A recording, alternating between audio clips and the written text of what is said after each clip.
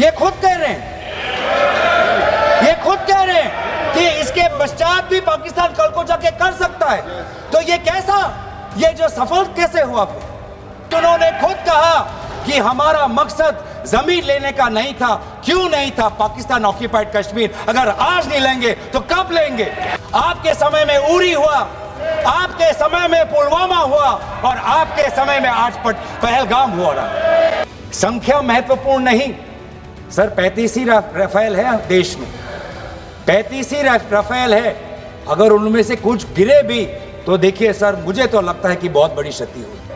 उनको फरार होने में भी किसी ने उनकी मदद की और आज भी ये 100 दिन हो गए और सरकार के पास कोई जवाब नहीं। मैं देखा कि कितने वो निहत्थे थे, कितने वो असहाय थे कि लगभग 1 घंटा लगा एक एम्बुलेंस उनके पास पहुंचने के लिए। एक माँ और एक बेटी चल के नीचे आ रही थी। एक भारत के सिपाही को देखा और सिपाही को देखकर वो रो पड़े। ऐसा दहशत उन्होंने महसूस किया। इस दहशत के ऊपर, इस डर के ऊपर आदरणीय राजनाथ सिंह एक शब्द तो कहते आप, सर ये सरकार इतनी कमजोर, ये सरकार इतनी बुज़दिल कि आज उन्होंने इस सर में क्योंकि उन्होंने अगर इसका किसी का दोष दिया तो टूर ऑपरेटर्स को दोष दिया। श्री गौरव गोगोई।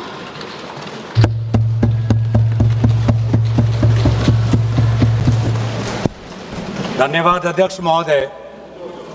आज हम इस विशेष चर्चा में भाग लेने के लिए खड़े हुए हैं और ये चर्चा इसलिए हो रही है क्योंकि हाल में ही जो युद्ध हुआ वो एक सूचना का युद्ध था। एक प्रकार से हम पड़ोसी देश और दुनिया भर को सच्चाई की सूचना देना चाहते थे और कुछ ऐसे ताकत थे, ऐसे शक्तियां थी जो भ्रम का सूचना सारे देश में, सारे दुनिया में फैला रहे थे। और इसीलिए इस चर्चा का विशेष मांग ये है कि आज सच्चाई सदन में आनी चाहिए, सच्चाई पहलगाम की आनी चाहिए, सच्चाई ऑपरेशन सिंदूर की आनी चाहिए, सच्चाई विदेश नीति की आनी चाहिए। और यही आज हमने सूचना का जो युद्ध की जो बात हम कर रहे हैं वो आज हमने आदरणीय राजनाथ सिंह के भाषण में सुना। बहुत से सूचनाएं दी उन्होंने, बहुत से जानकारी दी, लेकिन रक्षा मंत्री होने के नाते ये नहीं कहा कि पहलगाम में दहशतगर्द कैसे आए। ये नहीं कहा कि बेसारन में जहां पर 1000 लोग जाते हैं, खुशियां मनाते हैं, कैसे 5 दहशतगर्द वहां पर जाकर 26 लोगों की गोलियों से छलनी करते हैं। ये बात, ये सूचना रक्षा मंत्री ने नहीं दी। यही है सूचना का युद्ध कि इतनी जानकारी देते हैं कि कभी कभी सवाल पूछना भी भूल जाते हैं। और आज ये है हमारे विपक्ष का कर्तव्य कि हम सवाल पूछेंगे देश हित में, राष्ट्र हित में। आज देश ये जानना चाहता है कि वो 5 दहशतगर्द कैसे घुसे और उन दहशतगर्दों का भी मकसद था। पाकिस्तान से आए हुए वो दहशतगर्दों का क्या मकसद था? उनका मकसद था कि जम्मू कश्मीर की अर्थव्यवस्था को तनाव करना, विनाश करना। उनका मकसद था कि भारत देश में एक सांप्रदायिक वातावरण का जन्म देना। उनका मकसद यह था कि भारत और पाकिस्तान का एक हाइफिनेशन होना, यह था उनका मकसद। लेकिन सर, मुझे दुख है कि आज राजनाथ सिंह जी ने सैनिकों की बात तो की, लेकिन जो हमारे भारत की जो आवाम है, जो जनता है, जो उन्होंने पाकिस्तान के दहशतगर्दों का पूरी जो मंशा है उस पर उन्होंने पूरा नकारा और हम एकजुट रहे, हम मुझे भारतीय होने का गर्व है। हमने देखा बेसारन में कि किस प्रकार से जम्मू और कश्मीर के लोगों ने पूरे देश भर से आए हुए जितने भी पर्यटक थे उनकी मदद की। हमने ये देखा कि किस प्रकार से देश भर के जो पर्यटक जो जम्मू कश्मीर में थे उन्होंने अपने जम्मू कश्मीर के भाइयों को धन्यवाद दिया। हमने ये भी देखा कि कैसी एक विधवा हिमांशी नरवाल ने कहा कि मैं नहीं चाहती कि मेरे जो पति जिसको लेके आज राजनीति हो रही है उसके शव पर देश में हिंदू मुसलमान की राजनीति हो, मैं नहीं चाहती। यह है हमारी देश की संस्कृति और यह था मंशा पाकिस्तान का।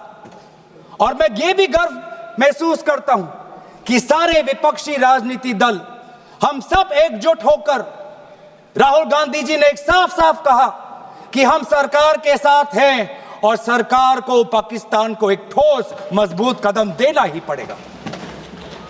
लेकिन देश ये भी जानना चाहता है, वे 26 लोग जो जिनके परिवारों में आज कोई गुजर गया, वे ये भी जानना चाहता है कि 100 दिन गुजर गए और वे 5 दहशतगर्दियों को यह सरकार पकड़ नहीं पाई।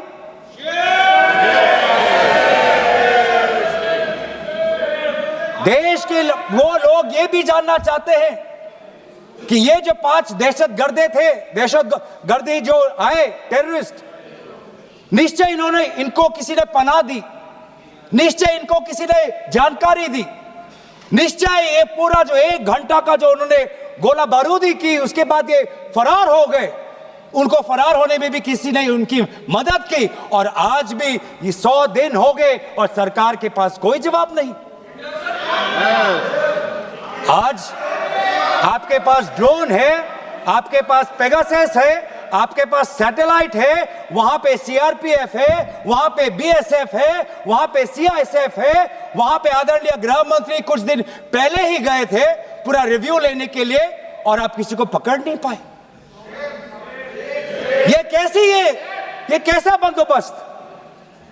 आपने कहा कि आर्टिकल 370 के चले जाने के बाद जम्मू कश्मीर सेफ है, जम्मू कश्मीर में आइए, लोग आए, लोगों ने अपने आप को सुरक्षित महसूस किया। लेकिन बेसारन में देखा कि कितने वो निहत्थे थे, कितने वो असहाय थे कि लगभग 1 घंटा लगा एक एम्बुलेंस उनके पास पहुंचने के लिए। पुलिस पर अगर आर्मी भी आई तो चल के आई। और सर मैं वो नजारा भूल नहीं सकता, एक मां और एक बेटी चल के नीचे आ रही थी, एक भारत के सिपाही को देखा और सिपाही को देखकर वो रो पड़े, खुशी से नहीं डर से, क्योंकि उनको लगा कि वे दहशतगर्द जिन्होंने सिपाहियों का यूनिफॉर्म पहनकर वहां पर लोगों को मारा, आज वही दहशतगर्द आज पहाड़ के नीचे उनका इंतजार कर। उस भारत के सिपाही को कहना पड़ा कि मैं भारतीय हूं, तुम डरो मत, मैं भारतीय हूं, तुम सेफ हो, सुरक्षित हो। ऐसा दहशत उन्होंने महसूस किया। इस दहशत के ऊपर, इस डर के ऊपर आदरणीय राजनाथ सिंह एक शब्द तो कहते, आप एक शब्द तो कहते। ये आपकी भी जिम्मेवारी है राजनाथ जी, ये आपकी भी जिम्मेवारी है, रक्षा मंत्रालय का भी जिम्मेवारी है।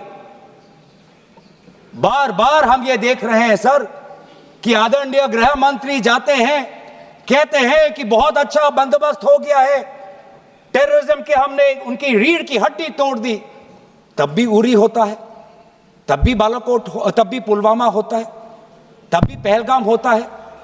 अंत में जाके जिम्मेवारी कौन लेता है? जम्मू कश्मीर के लेफ्टिनेंट गवर्नर नहीं। अगर जिम्मेवारी किसको लेनी पड़ेगी तो आदरणीय गृह मंत्री आपको लेनी पड़ेगी, नैतिक जिम्मेवारी आपको लेनी पड़ेगी। आप लेफ्टिनेंट गवर्नर के पीछे नहीं छुप सकते, आप लेफ्टिनेंट गवर्नर के पीछे ये केंद्र सरकार नहीं छुप सकती, क्योंकि गृह मंत्री खुद वहां पे थे कुछ ही हफ्ते पहले, खुद उन्होंने सिक्योरिटी का रिव्यू लिया कि आपके पास जानकारी नहीं थी। और सर ये सरकार इतनी कमजोर, ये सरकार इतनी बुज़दिल कि आज उन्होंने क्योंकि उन्होंने अगर इसका किसी का दोष दिया तो टूर ऑपरेटर्स को दोष दिया कि टूर ऑपरेटर्स बिना अनुमति के द्वारा, बिना लाइसेंसेस के द्वारा लोगों को बेसहारा ले जा रहे, हमें तो पता ही नहीं था। ये है इनका कारण, ये बताना चाहते हैं। तो सर यही तो दुख की बात है कि कहीं ना कहीं एक सरकार में एक अहंकार आ चुका है। इंटेलिजेंस और सिक्योरिटी जो फ्रेमवर्क है, एस्टैब्लिशमेंट है, जो लोग हैं जो निर्णय लेते हैं इंटेलिजेंस और सिक्योरिटी की, आज उनमें एक अहंकार आ गया है कि चाहे जितनी भी बड़ी गलती हो उन पर कोई सवाल नहीं उठा सकता। लेकिन आज हम सवाल उठा रहे हैं, आज हम सवाल उठा रहे हैं, आज हम सवाल उठाएंगे। प्रधानमंत्री मोदी जी, आपको अब सऊदी अरब में थे, आप जब वापस आते आपका पहला नैतिक कर्तव्य होता कि पहलगाम आप जाते, लेकिन आप पहलगाम नहीं गए। एक सरकारी कार्यवाही के लिए आप बिहार गए और चुनावी भाषण दिया। देश के मुखिया सऊदी अरब में थे, पूरा कार्यक्रम उन्होंने संपूर्ण किया, वापस आए और वो पहलगाम भी नहीं जा पाए और बिहार में जाके चुनावी भाषण दे रहे हैं। अगर पहलगाम में कोई गया तो हमारा नेता राहुल गांधी गया। अगर पहलगाम में जो लोगों की मृत्यु हुई उनके लिए अगर शहादत की मांग कोई कर रहा है तो हमारा दल का नेता राहुल गांधी कर रहा है। राहुल गांधी जी बदामी के कंटोनमेंट में गए। सर मैं बोलूं? Sir house in order, sir house in order में sir house is not in order में रहेगा सर। टाइम लेकिन आप तथ्यों पे बोले, गलत सूचनाएं नहीं दे सदन में, गलत सूचनाएं नहीं मत दे। हम बोले इसके ऑर्डर में लाइए सर। कोई सदन में गलत तथ्य नहीं रख सकते आप। सर मैं बोलूं सर कैमरा आएगा मेरे पे। धन्यवाद। आदरणीय अध्यक्ष महोदय, आदरणीय अध्यक्ष महोदय, अब बात आती है ऑपरेशन सिंदूर की। आज मैं राजनाथ सिंह जी का भाषण सुन रहा था। मुझे पता नहीं चल रहा था कि राजनाथ सिंह जी जो भाषण दे रहे थे वो किस समय का उजागर कर रहे थे, वो किस समय का उजागर कर रहे थे, वो किस समय का उजागर कर रहे थे। क्या वो 2016 के बाद क्या उन्होंने ये नहीं कहा कि हम घुस के मारेंगे और पाकिस्तान को आज वो उनका जो भी टेररिस्ट इंफ्रास्ट्रक्चर है उसको खत्म कर देंगे? वही बातें तब की, वही बातें पुलवामा की बात की कि पुलवामा के बाद आज हमने हमारे लड़ाकू जहाज अब गए हैं, अब पाकिस्तान अब कभी भी भारत पर उंगली नहीं दिखा सकता। और उसके बाद आज दोबारा वही बातें कर रहे हैं, आज दोबारा वही बातें कर रहे हैं कि हम घुस के मारे, हमने ये किया, फलाना किया। और ये अब भी कह रहे हैं कि ऑपरेशन सिंदूर कंप्लीट नहीं हुआ, अधूरा है, क्योंकि कल को जाके दोबारा पाकिस्तान कर सकता है। ये खुद कह रहे हैं, ये खुद कह रहे हैं, ये खुद कह रहे हैं कि इसके पश्चात भी पाकिस्तान कल को जाके कर सकता है। तो ये कैसा, ये जो सफल कैसे हुआ, फिर क्या सफल हुआ? आज ये खुद कह रहे हैं कि हमारा मकसद युद्ध का नहीं था। हम पूछना चाहते क्यों नहीं था, होना चाहिए था।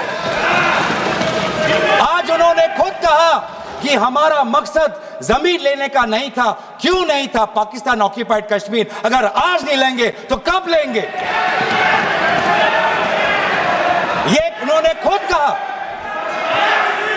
इन्होंने खुद कहा कि हमारा मकसद था टेररिस्ट के इंफ्रास्ट्रक्चर पर आक्रमण करना। तो क्या हमने उरी के समय नहीं किया? क्या हमने पुलवामा के समय नहीं किया?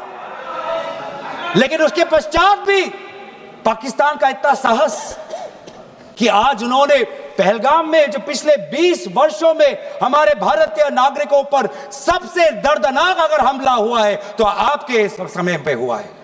आपके समय में उरी हुआ, आपके समय में पुलवामा हुआ और आपके समय में आज पहलगाम हो रहा है।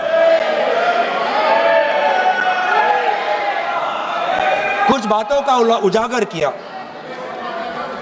कुछ किताबों का भी उजागर किया। ये नई प्रक्रिया है सर, हर चर्चा में आदरणीय भाजपा के नेता एक किताब उठा लेते हैं, जानकारी दे रहे थे। हमें नहीं सर, ब्लूमबर्ग को क्या जानकारी दिया, मैं पूरा पढ़ लेता हूं without editing. What is important, क्या जरूरी, हिंदी में अनुवाद करने की कोशिश भी करता हूं, मत करो। क्या जरूर ये जरूरी नहीं कि जेट गिरे, पर क्यों गिरे, क्या गलतियां हुई, वो महत्वपूर्ण है।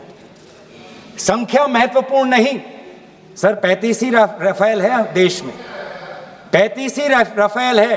अगर उनमें से कुछ गिरे भी तो देखिए सर, मुझे तो लगता है कि बहुत बड़ी क्षति हुई। 35 राफेल, अगर कुछ उनमें से भी अगर कुछ गिरे तो मुझे लगता है कि जरूरी है, क्योंकि आपको लगता है कि 35 राफेल काफी है, तो अगर कुछ गिरे तो वो भी जरूरी है। और उन्होंने उसके बाद ये कहा कि ये बात अच्छी है कि हमने अपनी गलतियां को समझा, उसको सुधरा और 2 दिन बाद हमने अपने जेट को उड़ाए और दूर से हमने आक्रमण किया। सर ये मैं थोड़ी जानकारी चाहूंगा।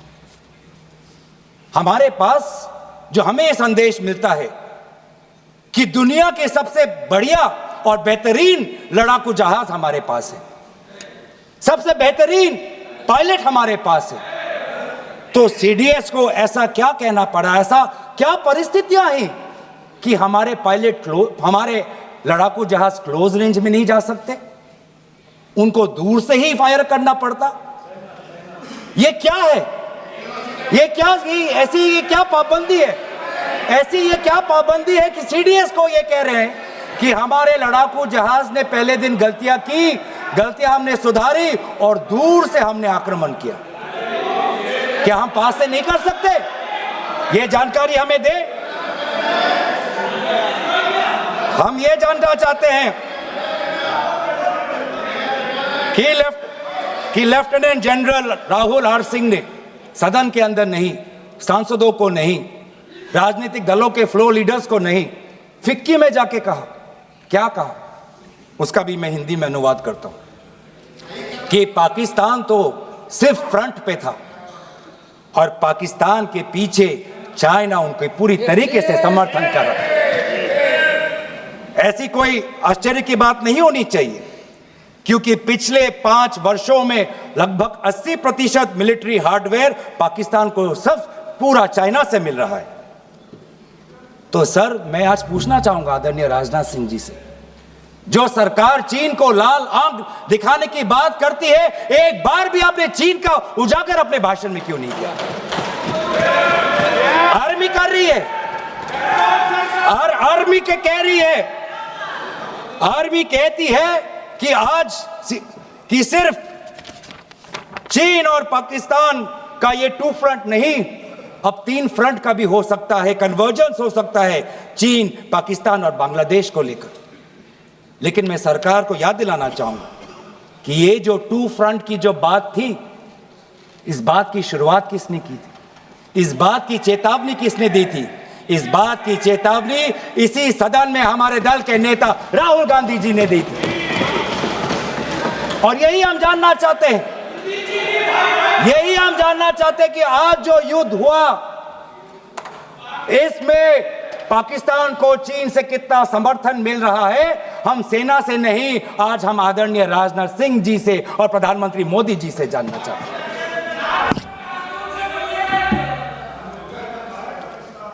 और सर इंडोनेशिया में जो डिफेंस अटैचे है, उसने तो ताज्जुब की बात कह दी।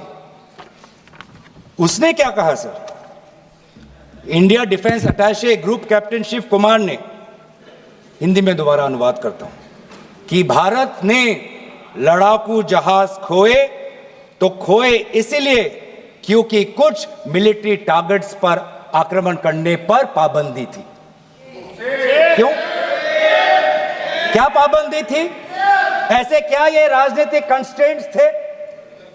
आपने कहा कि 9 टारगेट पे हमने आक्रमण किया, लेकिन हमें यह भी सूत्रों से जानकारी और मीडिया में आया है, और लेफ्टिनेंट जनरल राहुल सिंह ने खुद कहा कि पहले 21 टारगेट्स चुने गए थे और 21 से फिर 9 हुए।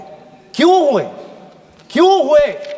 आज मैं ये जानना चाहता हूं कि पिछले 20 वर्ष में सबसे घातक आक्रमण हमारे महिलाओं पर हुआ, हमारे बच्चों पर हुआ, भारत के आत्मा पर हुई। हमने सब ने वो दहशत को अनुभव किया, हम सब एकजुट हुए, हमने पूरी तरीके से समर्थन प्रधानमंत्री मोदी जी को दी कि अब जाइए, और ऐसा एक माहौल बन चुका था कि देश किसी भी कीमत चुकाने के लिए तैयार था। पूरा देश प्रधानमंत्री मोदी जी के साथ था, विपक्ष प्रधानमंत्री मोदी जी के साथ था, और अचानक 10 मई के दिन पे हमारे राष्ट्रदूत कहते हैं कि हम पाकिस्तान पर हमला करेंगे, और शाम के 10 मई को सूचना आती है कि पाकिस्तान के साथ अब युद्ध पर हम परिणाम दे रहे हैं, सीज फायर हो गया। क्यों हुआ? हम आदरणीय प्रधानमंत्री मोदी जी से जानना चाहते थे, अगर पाकिस्तान वाकई में अपने घुटने टिकने के लिए तैयार था तो आपने क्यों रुका? आप क्यों रुके? और किसके सामने आप झुके? किसके सामने आपने सरेंडर किया? किसके सामने आपने सरेंडर किया? वो अमेरिका के राष्ट्रपति जो 26 बार आज कह चुके हैं कि व्यापार को लेकर उन्होंने भारत और पाकिस्तान को सतर्क किया और दोनों को मजबूर किया कि वो इस जंग को छोड़े। 26 बार। आज राष्ट्रपति ट्रंप खुद कहते हैं कि 5-6 जेट गिरे हैं। एक जेट करोड़ अरब रुपयों का है, मिलियंस एंड मिलियंस का है। इसलिए हम जानना चाहते हैं, आज हमें स्पष्ट रूप से आदरणीय राजनाथ सिंह जी बताएं, देश पर विश्वास करें, देश में वो साहस है सच्चाई सुनने की। आज आप बताएं कितने लड़ाकू जहाज गिरे? हमारे में वो साहस है, क्योंकि ये सूचना, ये सच्चाई सिर्फ देश के नागरिकों के लिए नहीं, ये सूचना, ये सच्चाई हमें देश के जवानों को भी देना है। आज उनसे भी झूठ कहा जा रहा है, उनके बीच में भी भ्रम फैलाया जा रहा है। हम उनकी जो सच्चाई है आज हम सदन के अंदर लाना चाहते हैं। और सर, बात में आती है विदेश नीति की। किस मुंह से हम कहें कि विदेश नीति आज सफल हुआ है? किस मुंह से कहें? ये आदरणीय राजनाथ सिंह जी, शंगीला में जो डायलॉग हुआ, उस डायलॉग में जो ड्राफ्ट जो आया, जिसको भारत सरकार ने नकारा, वो ड्राफ्ट बनाने में हमारे ही कुछ सहयोगी देश थे, जिनका नाम मैं नहीं लेना चाहूंगा। लेकिन ऐसे देश जिसको हम परंपरागत दोस्त हम मानते हैं, ट्रेडिशनल एलाइज मानते हैं, आज उन्होंने भी इंडिया और पाकिस्तान को हाइफिनेट कर दिया। और आप ये शब्दों के खेल से आप खुश हो कि ब्राजील के डॉक्यूमेंट में पाकिस्तान, ये जम्मू कश्मीर का पाकिस्तान का भी नहीं, ब्राजील के डॉक्यूमेंट में सिर्फ जम्मू कश्मीर में जो दहशतगर्दी हुई उसी की निंदा हुई, पाकिस्तान की निंदा नहीं हुई। पर आप उससे खुश हो? अगर आप उससे खुश हो तो मैं जानना चाहूंगा, जो $1 बिलियन का आर्थिक सहायता IMF ने दिया पाकिस्तान को, उस पर आपको क्या कहना है? हम जानना चाहेंगे, जो ADB एशियन डेवलपमेंट बैंक से 800 मिलियन का आर्थिक सहायता जो मिलेगा पाकिस्तान को, आज भारत उस पर क्या रवैया है? वर्ल्ड बैंक का जो $40 मिलियन आ रहा है, और ये पैसा किसको जाएगा सर? पाकिस्तान की नेतृत्व उनकी जनता या उनकी चुनी हुई सरकार नहीं, पाकिस्तान की सरकार का जो रिमोट कंट्रोल है वो पाकिस्तान की सेना के पास है। तो ये सारा पैसा वहीं जाएगा जहां पर हमने मिसाइल गिराई। तो क्या इतना भी हम नहीं कर पाए? क्या इतना भी ताकत नहीं? क्या इतना भी विश्व गुरु में लोगों का विश्वास नहीं, देश अंतर्राष्ट्रीय नेताओं का विश्वास नहीं कि आईएमएफ का एड ना जाए पाकिस्तान के पास, वर्ल्ड बैंक का एड ना जाए पाकिस्तान के पास, एडीबी का एड ना जाए पाकिस्तान के पास। आप में इतना भी ताकत नहीं कि एक देश ने पाकिस्तान को टेरर स्टेट का दर्जा नहीं दिया। एक देश ने आज FATF financial action task force में, जिससे बहुत नियंत्रण पाकिस्तान पे पड़ती थी, आज उससे वो 2022 में निकल आई ग्रे लिस्ट में। क्या वो डालेंगे? तो इसीलिए आज हम ये मांग करते हैं कि सरकार अब डरिए मत, सच्चाई से डरिए मत। उस दिन भी देश सरकार के साथ दहशतगर्दी के खिलाफ खड़ा था, विपक्षी दल सरकार के साथ खड़े हैं, और आज भी दहशतगर्दी के खिलाफ सच्चाई के पक्ष में देश और विपक्ष आज सरकार के साथ। आप हमें अपना दुश्मन ना समझे,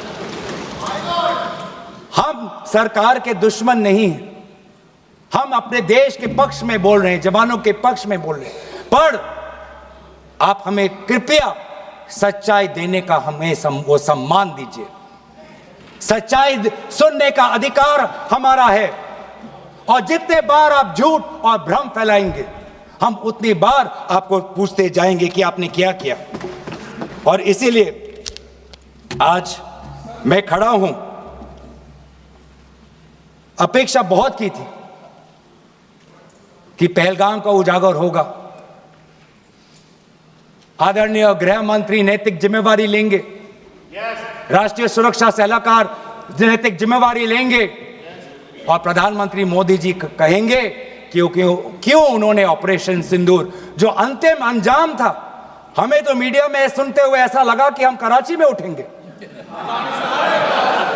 मीडिया में हमारे भारत की मीडिया जो जिनको सूचना आपसे ही मिलती है, उनका सुनने में लगा कि आज तो हम फतह करके ही रहेंगे, लेकिन पता चला कि नहीं, कहीं ना कहीं हमारे पैर डगमगा गए, और जो अंतिम परिणाम था उससे पीछे हम हट गए।